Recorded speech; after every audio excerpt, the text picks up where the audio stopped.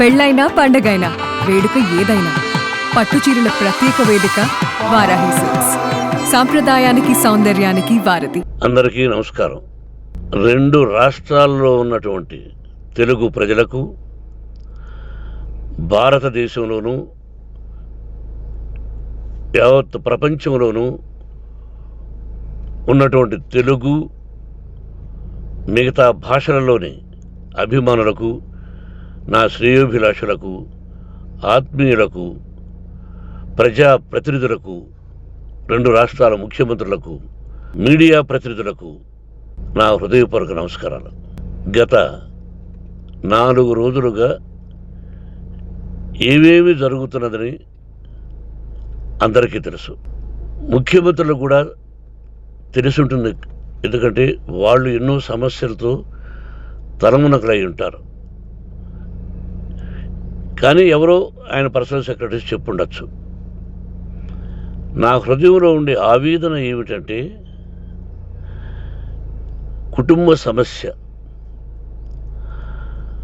కుటుంబ సమస్యల్లో ఎవరైనా పర్మిషన్ లేకుండా ఇతరులు జోక్యం చేసుకోవచ్చా? మీరే ఆలోచించండి. 100కి 100% అనాల్సిన అవసరం లేదు. కనీసం 95-98% కుటుంబ సమస్యలు ఉంటూ ఉంటాయి. అంటే మేమంతా నటులం కాబట్టి మా విషయాలు, పాపులర్గా ఉన్నటువంటి రాజకీయ నాయకుల విషయాలు, కొంతమంది ఉన్నవి లేనివి, లేనివి ఉన్నవి చెబుతూ ఉంటారు. చెప్పేవాడు కూడా ఆలోచించాలి, వాళ్ళ మనసులు, వాళ్ళ కుటుంబ సమస్యలు అని. ఇదంతా ప్రజలకు తెలుసు.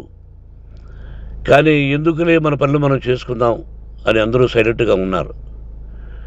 ఇప్పుడు ప్రజలు కూడా, కొంతమంది రాజకీయ నాయకులు కూడా ఆలోచించుకోవాల్సిన విషయం. విజువల్స్ చూడండి, టీవీల్లో వస్తున్నాయి, మీడియా, సోషల్ మీడియాలో వస్తుంది. రాత్రి 8 గంటలకు గేటు తోసుకుని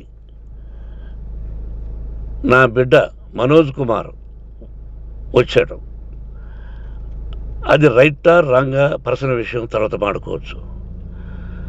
పత్రికాధిపతులు, అది పత్రికా సోదరులు 4 రోజుల నుంచి నా ఇంటి ముందు మనుషులను పెట్టుకుని, వ్యాన్లు పెట్టుకుని అలా ఉండడం ఎంతవరకు న్యాయం? నేను అప్పటికీ బయట పోతున్నప్పుడు చెప్పాను, అందరికీ నమస్కారం అయ్యా, మీకు కుటుంబ సభ్యులు ఉన్నారు, దయచేసి నా సమస్యను నేనే పరిష్కరించుకుంటాను నా బిడ్డలతో, దీన్ని చిలవలు పరవలు చేయొద్దండి, దయచేసి నన్ను గౌరవించండి, నేను ప్రజలకు ఏం చేస్తున్నాను ఒక విద్య ద్వారా అనేది మీకు తెలుసు, నటుడిగా మీ అందరికీ తెలుసు, ఒక రాజ్యసభ సభ్యుడిగా మీకు తెలుసు, ఎంత క్లీన్ చిట్టుతో వచ్చానో రాజ్యసభ సభ్యుడిగా. నా హృదయంలో ఉండే ఆవేదన చెప్పనలవే కాదు, మీకే చెప్పాలి. ఈ రోజున ఈ మీడియా సోదరులు ఎంత కల్పితాలు, ఎంత నెగటివిటీ నన్ను గురించి చెప్తున్నారో మీ అందరికీ తెలుసు. దానికి నేను బాధపడడం లేదు. మీరు ముఖ్యంగా తెలుసుకోవాల్సింది, రాత్రుల్లో గేటు తోసుకుని, గేటు పగలగొట్టి పర్మిషన్ లేకుండా ఎవరైనా రావచ్చా? మీరే చెప్పండి. వచ్చిన వాళ్ళు అందరూ మీడియా సోదరులా, లేకపోతే ఇంకెవరైనా నా మీద పగ, రాగద్వేషాలతో ఏదో ఒక ఛానల్ చేతులు పెట్టుకుని అలా వచ్చి ఉంటారేమో సందేహం. కానీ వాళ్లను కొట్టాలని, తిట్టాలని మనసా వాచ దైవసాక్షిగా నేను అలా ఆలోచించేవాడిని కాదు. ఎందుకు వాళ్ళు ఉద్యోగస్తులు, నేను కూడా ఉద్యోగస్తునే, అందరూ కూలివాళ్ళం. భగవంతుడు ఇస్తుంటాడు మనకు కూలి. ఎవరికి ఏమిటనేది ఆయన నిర్ణయిస్తాడు. ఇది మీ అందరికీ తెలుసు. వాళ్లకు నేను చెప్పినా వినకుండా ముందు నమస్కారం పెట్టాను. అయినా అతను నేను కొట్టామనే చెప్తున్నారు తప్ప, మైక్ తీసుకెళ్ళి నోట్లో పెట్టాము, నా కన్ను పోవలసింది. కన్ను పోయి ఉంటే అప్పుడు నేను కేసులు పెట్టాలి. అది నా కన్ను పోలేదు, కొంచెం తగిలింది కంటి కింద, నేనే ఎస్కేప్ అయ్యాను. లేకపోతే నా జీవితం గుడ్డిదయ్యేది. అతనికి తల కాదు చెంప మీద తగిలిందన్నారు. ఓకే, ఆ చీకట్లో ఎలా జరిగిందన్నది వాస్తవమే. మైకు లాక్కోవడం, వాడు నన్ను కేకలేయడం, ఆ దీనిలో ఘర్షణ జరిగింది. నేను కొట్టిన దెబ్బ అతనికి తగిలింది అన్నారు. దానికి హృదయపూర్వకంగా బాధపడుతున్నా. అతను నాకు తమ్ముడే. ఒక తల్లి బిడ్డలం కాకపోయినా I love them, I like them. అటువంటిది ఈ రోజుకి బాధపడుతున్నా నేను. అయ్యో, అతని భార్య ఎంత బాధపడుతుందో, అతని పిల్లలు ఎంత బాధపడుతున్నారో అని నేను ఆలోచిస్తున్నా. మరి నేనెంత ఆవేదనకు గురి హాస్పిటల్లో అయ్యానో. నటించింది సినిమాలో నటిస్తాను తప్ప నిజ జీవితంలో నటించాల్సిన అవసరం లేదు.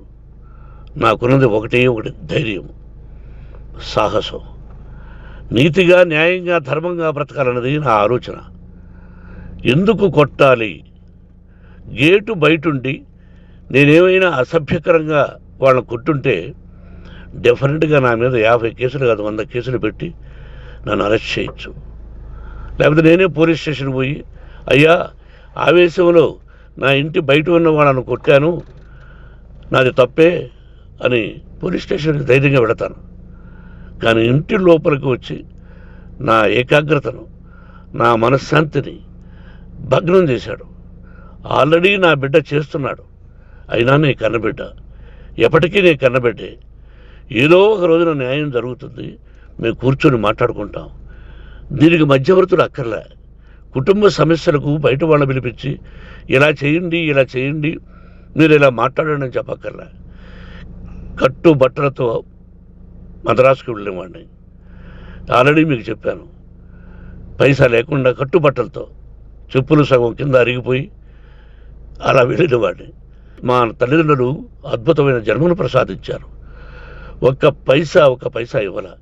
నా కష్టార్జితతో నేను సంపాదించి ఈరోజు నేను కులమతాలకు అతీతంగా 25% ఫ్రీ ఎడ్యుకేషన్ ఇస్తూ, నా స్థాయిలో నాకు తగిన సహాయం చేసుకుంటూ, వరద బాధలు వచ్చినా, ఇంకోటి వచ్చినా, అన్నయ్య ముఖ్యమంత్రిగా ఉన్నప్పుడు కూడా ఎన్నో చేశాను.